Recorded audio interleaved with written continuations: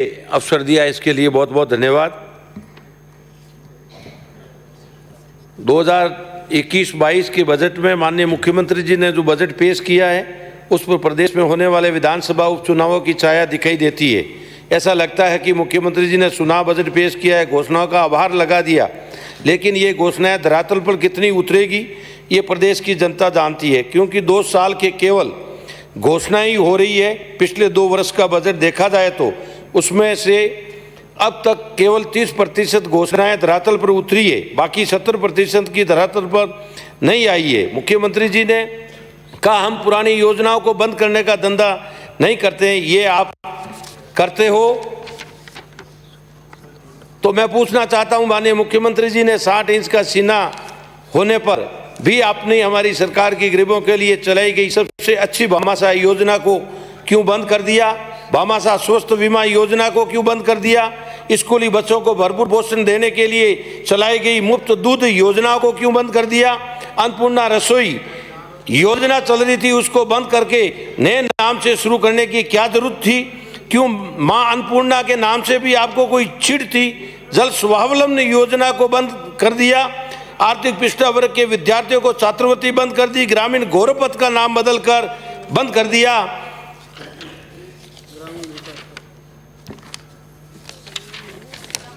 प्रशासन शहरों के संघ जो राजस्व शिविर क्यों बंद कर दिए? किसानों के हितैषी बनते हो हमारी सरकार ने किसानों के बिल में 10,000 रुपये तक की सब्सिडी देना शुरू किया था, उसको क्यों बंद कर दिया? इस बजट में आपने किसानों के एक बार फिर से संपूर्ण कर्ज माफी की स्टाइल में भरपाने का काम किया था। अलग से कृषि बजट 16,000 करोड़ का ब्याज कर्ज मुफ्त कर्ज वगैरह वगैरह। अभी चल रहे किसान आंदोलन की आंच में आप अपनी रोटियां सेकना चाहते हो, परंतु राजस्थान का किसान अच्छी तरह से जानता है आपने किसानों के लिए क्या किया है। दोबारा आपके धांसे में आने वाला नहीं है। किसान, महिला, युवा, गरीब, दलित, वंचित और शोषित के लिए अगर किसी ने सोचा है तो वो है नरेंद्र मोदी, जिन्होंने ना केवल आपकी बल्कि पूरे विपक्ष की भी सोच बदली है, आपकी राजनीति बदल दी। 6 साल में मोदी सरकार ने ऐसी ऐसी योजनाएं शुरू की जो आम आदमी को सीधा टच करती है, चाहे वो प्रधानमंत्री फसल बीमा योजना हो, प्रधानमंत्री किसान सम्मान निधि हो, स्वस्थ भारत अभियान हो, उज्ज्वला योजना हो, जन धन खाते हो, हर घर को बिजली कनेक्शन, आयुष्मान भारत स्वस्थ बीमा योजना हो, हर घर को नल से जोड़ना और भी ऐसी कई योजनाएं जो सीधे आम आदमी को प्रभावित करती है। और ये निर्विवाद सत्य है कि पिछले 6 साल में मोदी सरकार के एक भी मंत्री पर किसी प्रकार का भ्रष्टाचार का आरोप नहीं लगा, जबकि आपके राज्य में 2G, 3G, कोलगेट, कॉमनवेल्थ आदि ये जाने कितने घोटाले, आपको केवल एक ही परिवार की भक्ति के अलावा और कुछ दिखाई नहीं देता।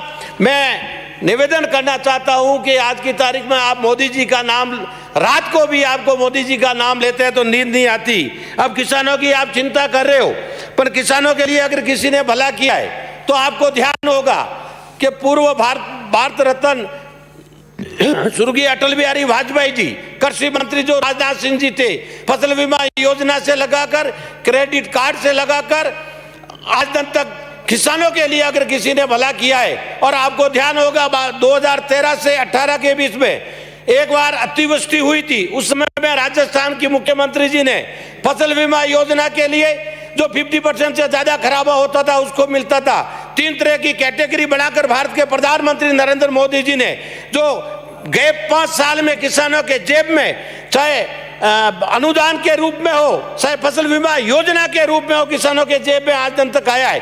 किसानों के लिए कर्ज माफी की आपने घोषणा करके ये हालत कर दी कि कर्ज माफी तो अलग रही, जिसको 1 लाख रुपया सहकारी समिति सोसाइटी से जो मिल रहा था उनका कोई जगह 15,000, कोई जगह 10,000, ये स्थिति कर ली कि सहकार एक राजस्थान के किसान के लिए एक वरदान था, उसको राजस्थान से समाप्त करने का कार्य किसानों के लिए आपने जरूर किया है। ऊर्जा विभाग में मैं ईमानदारी से कह सकता हूं आपको कि आपने ऊर्जा विभाग में चाहे डोमेस्टिक कनेक्शन हो, चाहे एग्रीकल्चरल कनेक्शन हो, उसको बढ़ाने का कार्य जरूर किया है। बिजली कहां देनी, आज दिन तक ये स्थिति बन गई है। ऊर्जा मंत्री जी विराज रहे हैं कि तार ढीले वो ठीक है, परंतु बिजली समय पे नहीं देना। और इसके अलावा पीने के पानी के लिए जहां मैंने आपको सुबह 295 में बताया था कि जो पंचायत राज अपने जल संस्था करती है उसमें भी बिलों की भरमार आ रही है, और आपने पेयजल के लिए तो अति कर दिया है। मैं एक निवेदन करूंगा, माननीय मंत्री जी को ध्यान है, पोखरण पलचूड़ योजना 2003 में बनी। बोलिए, माननीय दूं नहीं, आभार दूं सर, बीच में नहीं बोलिए आप। मैं निवेदन करूंगा पेयजल के लिए आपने बजट का प्रावधान 580 करोड़ का किया है। 2003 में योजना बनी, 17 में पानी पहुंचना था, 18 तक एक साल बढ़ा दी। पर इसका मैंने आकलन करके माननीय मंत्री महोदय, आपके chief engineer, additional chief engineer से बात की। ये तो आपने सिर्फ इसका प्रावधान किया है, पर 12 किलोमीटर लाइन नहीं आएगी तो इसका उपयोग कहां होगा? आज की सर्दी में पीने के लिए पानी नहीं है। ये मैं आपको निवेदन कर रहा हूं। मेरे सिवाना को अधिकारी वहीन कर दिया, एक भी अधिकारी नहीं है।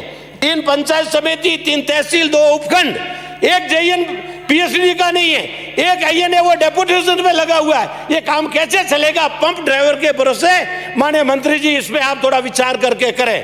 मैं धन्यवाद करूंगा मुख्यमंत्री जी का कि चिकित्सा विभाग में मुझे 2 पीएचसी दिए, मैं धन्यवाद करूंगा, इसमें कोई दोहरा नहीं। बालोतरा को बड़ा हॉस्पिटल बनाने का, उसके लिए भी धन्यवाद करूंगा। पर मैं एक निवेदन भी करूंगा, गए 2013 से 18 के बीच में 3 पीएससी मुख्यमंत्री जी ने दी थी। 2-2 करोड़ का बजट साथ में दिया, भवन बन के तैयार हो गए। तो मंत्री जी को निवेदन, मुख्यमंत्री जी को निवेदन करूंगा कि ये बजट भी दे। शिक्षा विभाग में कॉलेज मेरी सिवाना करोड़ रुपयों की लागत से मैंने मंत्री जी को निवेदन करने के बाद में आज दिन तक वो चालू नहीं हुई है, उसका भवन जर्जर होता जा रहा है। और आपने समझनी में और आईआईटी दे दी है, पर ये भवन कहां से निर्माण करेंगे? बजट का प्रावधान अंदर नहीं किया है। जब तक बजट नहीं होगा तो कार्य नहीं होगा। 3 पीएचडी का भवन, 3 ही पीएचडी का भवन बनकर तैयार हो गया, उनका उपयोग होना शुरू हो गया। और आपने जब तक ये नहीं होगा, भवन नहीं बनेगा तो कहां बैठेंगे? श्री नरेंद्र नागर, अरे हुक्म गुरु, सेव करें, प्लीज सेव करें। शिक्षा विभाग में, अरे धन्यवाद तो अच्छी बात आरू देवड़ में कटे कचर को। एक निवेदन और करूंगा, हमारे बाड़मेर के विधायक मेवाराम जी ने नंदी गौशाला खोला था, उसका उद्घाटन मंत्री जी या मुख्यमंत्री जी ने किया था, और इन्होंने प्रश्न लगाया है, प्रश्न संख्या 176।